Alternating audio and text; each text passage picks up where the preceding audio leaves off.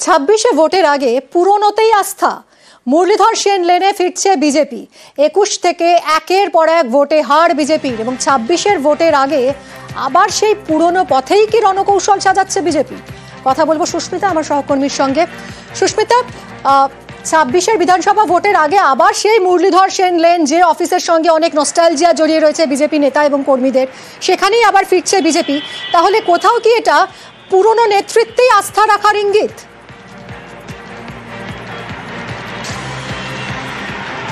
দেখো, যে নস্টালজিয়ার কথা তুমি বললে, সেই নস্টালজিয়া একটু মনে করিয়ে দিই। 1925 সালে এই যে মুরলীধর সেন লেনের অফিস 6 নম্বর, সেই 6 নম্বরে মুরলীধর সেন লেনের অফিস ভাড়া নেওয়া হয় এবং সেখানেই রাজ্য বিজেপির কার্যকলাপ গত 2023 সাল পর্যন্ত এখানেই চলেছে। যদিও এখনো পর্যন্ত গুগল সার্চ করলে রাজ্য বিজেপির সদর দপ্তর বলতে তার ঠিকানা এই 6 নম্বর মুরলীধর সেন লেনের অফিসকেই বোঝায়। পরবর্তী সময়ে 2023 সালের 11ই মার্চ এই রাজ্য বিজেপির সদর দপ্তরের ঠিকানা বদল হয়ে হয় 27 GN সল্টলেকের যে ঠিকানা রয়েছে এখন অফিসের, সেখানে। কিন্তু তার মাঝে একাধিক পট পরিবর্তন হয়েছে এবং এবার 2026-এর বিধানসভা নির্বাচনের আগে নির্বাচনী রণকৌশল সাজানোর একমাত্র জায়গা হিসেবে এই মুরলীধর সেন লেনের অফিসকেই বাঁচতে চাইছেন, পরিকল্পনা করার একমাত্র জায়গা হিসেবে বেছে নিতে চাইছেন রাজ্য বিজেপি নেতৃত্ব এই মুরলীধর সেন লেনের অফিসকেই।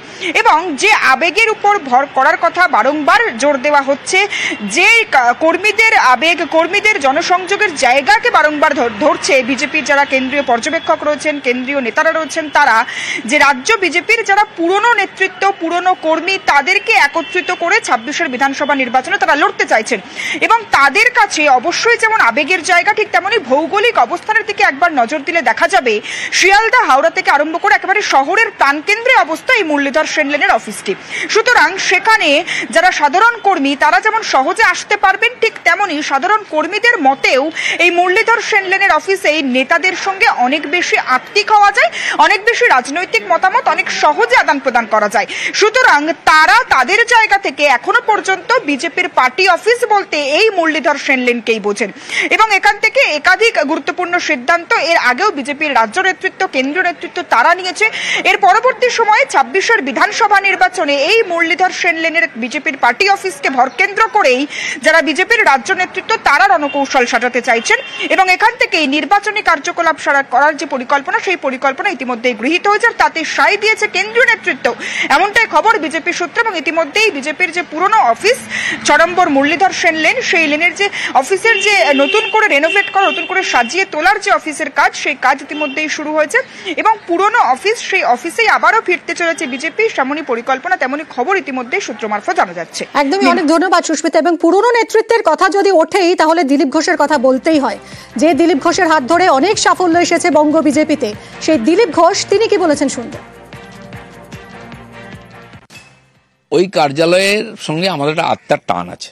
আমি নয়, মাননীয় রাহুল দাও আসেন, ওখানে নিয়মিত বসেন এবং পুরনো কর্মীরা নিজেদের বাড়ি ওটাকে মন্দির মনে করেন, সেখানে আসেন, দেখা করেন, সেখানে আমরা যাই।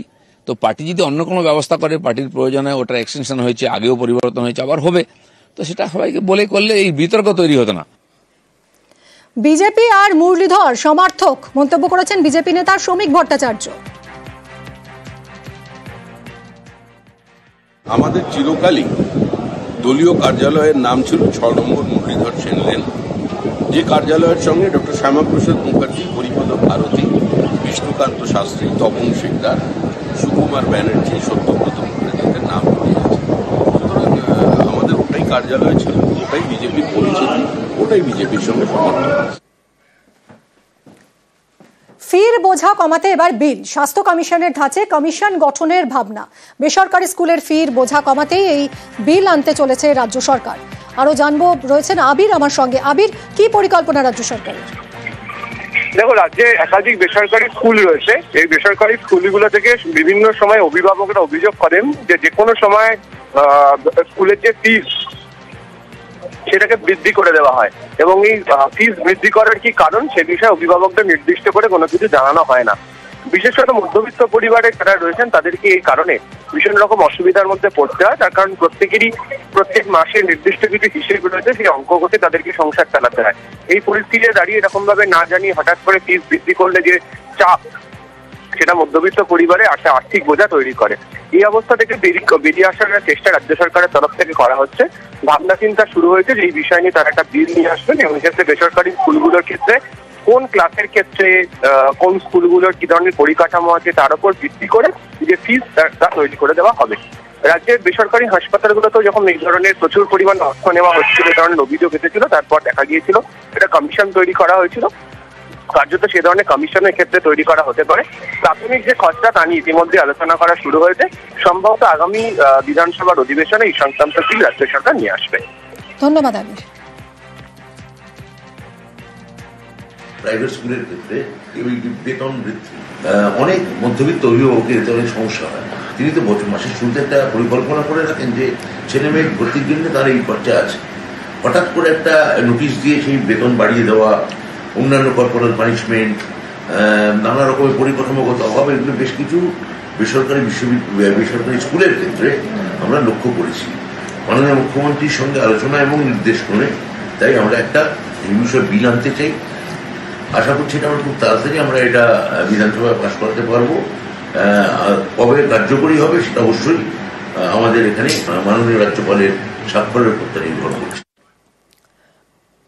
জাল ওষুধে সতর্ক রাজ্য, বেশ কিছু নির্দেশিকা জারি করেছে রাজ্য সরকারি এবং বেসরকারি হাসপাতালগুলোতে। হাওড়ার মান্না এজেন্সির রক্তচাপের ওষুধ জাল এবং মূল ওষুধ সংস্থার চিঠি রাজ্যের ড্রাগ কন্ট্রোলকে। ওষুধের QR কোড স্ক্যান করার নির্দেশিকা দেওয়া হয়েছে। আর কি বলা হয়েছে আমরা কথা বলবো অভিজিতের সঙ্গে। অভিজিৎ, গত কয়েকদিন আগেই হাওড়ার এই মান্না এজেন্সি থেকে গ্লেনমার্ক ফার্মাসিউটিক্যালস বহুজাতিক ওষুধ সংস্থা তাদের যে এই ওষুধ এলমা এডি ঘরে ঘরে ব্যবহৃত হয় রক্তচাপ কমানোর জন্য, এবং সেই ওষুধ দেখা যায় যে জাল ধরা পড়ে। রাজ্য এবং কেন্দ্রীয় ড্রাগ কন্ট্রোলের আধিকারিকরা গিয়ে সেখানে কোটি টাকার উপরে এই ওষুধ বাজেয়াপ্ত করে এবং তারপরেই রাজ্য স্বাস্থ্য দপ্তর নড়ে চড়ে বসে এবং রাজ্যের ড্রাগ কন্ট্রোল বোর্ড তারা ওষুধ কোম্পানির কাছে জানতে চায় যে কি কারণে এটা জাল, এবং সেখানে দেখা যায় যে QR কোড সেই QR কোড এখানে মিলছে না। পাশাপাশি যে আমাদের ড্রাগ কন্ট্রোলের যে আইন রয়েছে সেই আইন অনুযায়ী দেখা যাচ্ছে যে এই ওষুধের গুণমান সঠিক নয় এবং সেটা পরীক্ষা করা হয়, সেই ওষুধের গুণমান সঠিক ছিল না। এবং একই সঙ্গে যে ব্যাচ নাম্বার সম্পূর্ণ জাল করা হয়েছে, অর্থাৎ যে ব্যাচ নাম্বার সেই ব্যাচ নাম্বারের ওষুধ অরিজিনাল রয়েছে, আবার এই একই ব্যাচ নাম্বারের ওষুধ এই মান্না এজেন্সি থেকে বেরিয়েছে। ফলে রাজ্য ড্রাগ কন্ট্রোল বোর্ড রাজ্যের সমস্ত সরকারি বেসরকারি হাসপাতাল এবং নার্সিং হোমগুলোকে নির্দেশ দিয়েছে সেখানকার যে স্টোরগুলোতে, হাসপাতালের স্টোরে যে ওষুধ নেওয়া হয় বা ওষুধ কেনা হয় সেখানে যেন QR কোড স্ক্যান করা হয় এবং তারপরেই যেন রোগীকে দেওয়া হয় সেই ওষুধ, নতুবা জাল ওষুধের শিকার হতে পারে রোগী। এবং একই সঙ্গে সমস্ত রিটেলার এবং ডিস্ট্রিবিউটার তাদেরকেও নির্দেশ দেওয়া হয়েছে যে খুচরো বাজারে এবং পাইকারি বাজারে যে ওষুধ বিক্রি হয় সেখানেও যেন এই ওষুধ QR কোড স্ক্যান করে ব্যাচ নাম্বার মিলিয়ে দেখা হয়, তারপরেই যেন সাধারণ মানুষকে সেই ওষুধ বিক্রি করা হয়। অর্থাৎ কোনোভাবেই যেন সাধারণ মানুষের কাছে এই নকল বা জাল ওষুধ না পৌঁছায়, তার জন্য রাজ্য ড্রাগ কন্ট্রোল বোর্ড তারা এই নির্দেশিকা জারি করেছে। ধন্যবাদ অভিজিৎ। এই নিম্নমানের ওষুধ খেলে রোগ সারতে দেরি হবে, আরো অসুস্থ হয়ে পড়তে পারেন রোগী, এমনকি মৃত্যুও হতে পারে বলে আশঙ্কা চিকিৎসকদের। আমাদের অত ওষুধ পরীক্ষা করে লিখি না, আমরা ওষুধের যে কম্পোজিশন থাকে যতটা IP মানে ইন্ডিয়ান ফার্মাসিউটিক্যাল স্ট্যান্ডার্ড অনুযায়ী যা ওষুধের কম্পোজিশন সেই অনুযায়ী লিখি। ওষুধ কাজ না করলে একটা সমস্যা হচ্ছে যে আপনার অসুখটা বাড়ছে। ধরুন আপনার সুগার প্রেশার খুব কন্ট্রোলে আছে, হঠাৎ সুগার প্রেশারটা বেকন্ট্রোল হয়ে গেল। বেচারা হয়তো আগে সঠিক ওষুধ খাচ্ছিলেন, হঠাৎ একটা ব্যাচ পেয়েছেন যে ব্যাচটা সঠিক নয়, তো না সব বেকন্ট্রোল হয়ে গেছে।